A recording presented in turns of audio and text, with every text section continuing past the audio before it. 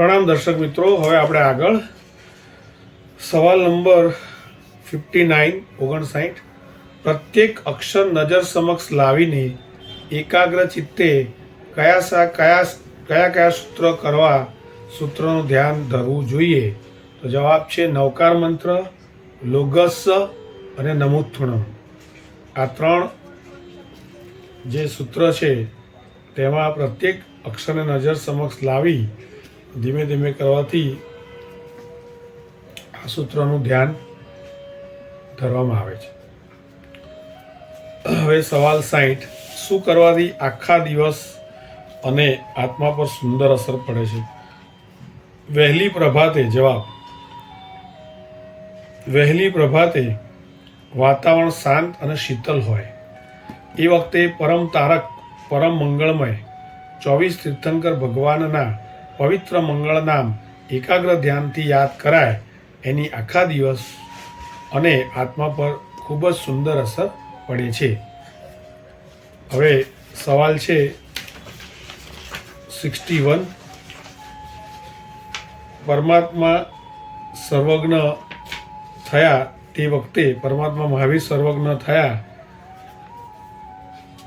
તે વખતે તે કયા આસને હતા? જવાબ છે પરમાત્મા મહાવીર સર્વજ્ઞ થયા તે વખતે ગોદોહિકા એટલે ગાયને દોહવાનો જે મુદ્રા હોય છે એ આસને હતા. બરાબર. ફરી એકવાર, પરમાત્મા શ્રી મહાવીર સર્વજ્ઞ થયા ત્યારે ગોદોહિકા આસને હતા, એટલે કે ગાય દોવાની જે મુદ્રા થાય એ આસને હતા. સવાલ 62,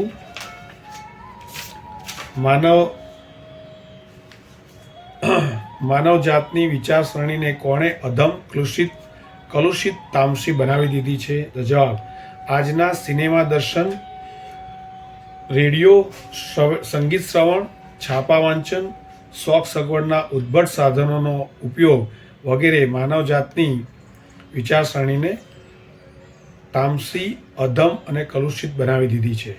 સવાલ 63, અધમ, કલુષિત, તામસી બનેલી વિચારસરણીને સારી કરવા શું કરવું જોઈએ? તો જો આવી વિચારસરણી હોય તો એમાં જો સંવેગ, વૈરાગ્ય, નીતિ, જીનવાણીનું શ્રવણ, જીન ભક્તિ, સાધુ સમાગમ, તીર્થયાત્રાકરણ વગેરે મળે તો વિચારસરણી સારી ચાલવા લાગે છે. સવાલ 64, મનુષ્યના કર્મ અને સંસ્કાર ઉપર કોની અસર જોવા મળે છે? તો આચારની વિચાર પર અસર છે અને વિચારની કર્મ અને સંસ્કાર પર અસર જોવા મળે છે. સવાલ 65, ઉપદેશમાળા શાસ્ત્ર કોણે લખ્યું છે? તેમાં શું જણાવેલ છે? તો જવાબ 65, મહાવીર પ્રભુના ખુદના હસ્ત દીક્ષિત શિષ્ય અવધિ જ્ઞાની મહર્ષિ શ્રી ધર્મદાસ ગણી મહારાજ ઉપદેશમાળા શાસ્ત્રમાં લખે છે કે જમ જમ સમયમ જીવો આવિસહી જેણ જેણ ભાવેણ સો તમ્મી તમ્મી સમએ સુહાસુહમ બંધ એ કમ્મમ. અર્થાત જે સમયે જીવ જેવા એટલે કે શુભ અને અશુભ ભાવથી યુક્ત બને છે તે સમયે તેટલા પ્રમાણમાં એ શુભ કે અશુભ કર્મ બાંધે છે. શુભ ભાવથી શુભ કર્મ અને અશુભ ભાવથી અશુભ કર્મ બાંધે છે.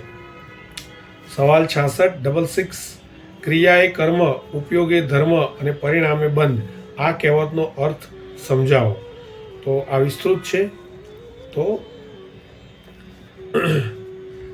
આના માટે આપણે નેક્સ્ટ વિડીયો એકલો આના માટેના સવાલના જવાબનો બનાવીશું.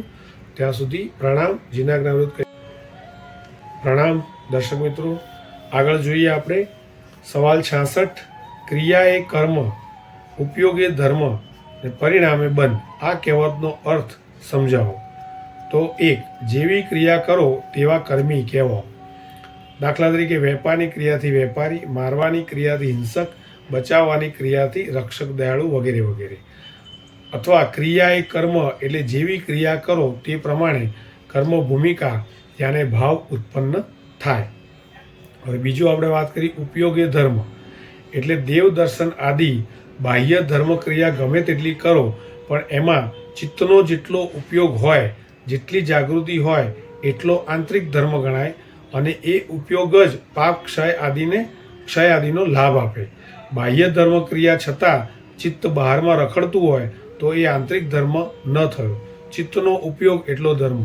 ધારો કે આપણે પૂજા કરવા ગયા પણ મનમાં વિચાર બીજા ચાલે છે, તો બાહ્ય દ્રષ્ટિએ ધર્મની ક્રિયા કરી પણ ચિત્ત સંસારના વિચારોમાં ફરે છે, તો એ આંતરિક ધર્મમાં ના પરિણમે, તો આપણને એનો કોઈ ફાયદો થાય નહીં. રાઈટ? એટલે ચિત્તનો જેટલો ઉપયોગ એટલો ધર્મ, એટલે આપણે એ કીધું ઉપયોગ એ ધર્મ. ત્રીજું, પરિણામે બંધ, એટલે આત્માના જેવા જેવા અશુભ પરિણામ ભાવ અધ્યવસાય એ પ્રમાણે શુભ અશુભ કર્મનો બંધ થાય. આમાં પણ એ જ આવીને ઊભું રહ્યું કે જેવા ભાવ તેવો બંધ. એકલો બંધ જ નહીં પણ જેવા ભાવ તેવું સંસ્કરણ પણ થાય. એટલું જ નહીં પણ તે ભાવના અનુસારે કર્મોનું સંક્રમણ, યાને પુણ્યમાંથી પાપમાં કે પાપમાંથી પુણ્યમાં પરિવર્તન થાય.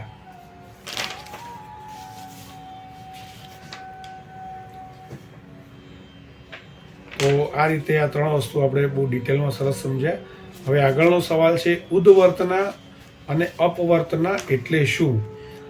તો કહે છે કે જેવા ભાવ તેવી ઉદ્વર્તના અને અપવર્તના, અર્થાત શુભ કે અશુભ કર્મની સ્થિતિની વૃદ્ધિ યા હાશ. એટલે ઉદ્વર્તના એટલે શુભ કે અશુભ કર્મ બેમાંથી કોઈ બી હોઈ શકે, બંને પણ હોઈ શકે. એની ઉદ્વર્તના એટલે વૃદ્ધિ થઈ રહી. ધારો કે કોઈના શુભ કર્મની વૃદ્ધિ થતી હોય તો પણ શુભ કર્મની ઉદ્વર્તના થઈ કહેવાય. એવી રીતના અશુભ કર્મની વૃદ્ધિ થતી હોય, સતત અશુભ ભાવ ચાલતા હોય, સતત અશુભ કર્મનો જથ્થો બંધાતો હોય, તો એવું કહી શકાય તે સમયે તે જીવની અશુભ કર્મની ઉદ્વર્તના થઈ રહી છે. એ જ રીતે બંનેમાં લાગુ પડે અપવર્તના. અપવર્તના એટલે હાશ થવો, એટલે રિડક્શન, ઓછું થવું. તો એમાં પણ શુભ કર્મની અપવર્તના બી થાય, અપવર્તના બી થાય, અને અશુભ કર્મની બી અપવર્તના થઈ શકે છે. રાઈટ? તો ઉદ્વર્તના અને અપવર્તનાનો જવાબ આ હતો. જેવા ભાવ તેવા મોહનીય કર્મના ઉદય કે ક્ષયો પસંદ થાય. એટલે મનની અંદર જે ભાવ ચાલી રહ્યો છે એ જો શુભ હોય તો એ મોહનીય કર્મને તોડવાનું કામ કરે, એટલે કે આધ્યાત્મિક ક્ષેત્રે પ્રગતિનું કાર્ય થાય. સવાલ 68, ક્રિયા ભાવ કર્મબંધ સમજાવો. ક્રિયા કદાચ ધર્મની હોય અને એમાં ભાવ બગાડે. હવે જવાબ છે આનો, બહુ સુંદર જવાબ છે. ક્રિયા કદાચ ધર્મની હોય અને એમાં ભાવ બગાડે તો બાહ્ય ધર્મ બાજુએ રહી જાય અને બગડેલા ભાવથી અશુભ કર્મ બંધ, સંસ્કરણ અને કર્મ સંક્રમણ વગેરે કેટલાય અહિતની લોથ ઊભી થાય. કર્મ બંધાય, એના સંસ્કાર પડે ને સંસ્કારથી પાછું સારા શુભ કર્મો એની આખા ટ્રાન્સફર થઈને અશુભ કર્મમાં જતા રહે. તો એ રીતે આ સમજવાનું. હવે 69 નંબરનો સવાલ છે, એ પણ ખૂબ મોટો છે, એનો જવાબ પણ, તો આપણે એના માટે બી એક અલગ વિડીયો બનાવીએ. પ્રણામ, જય આદિનાથ.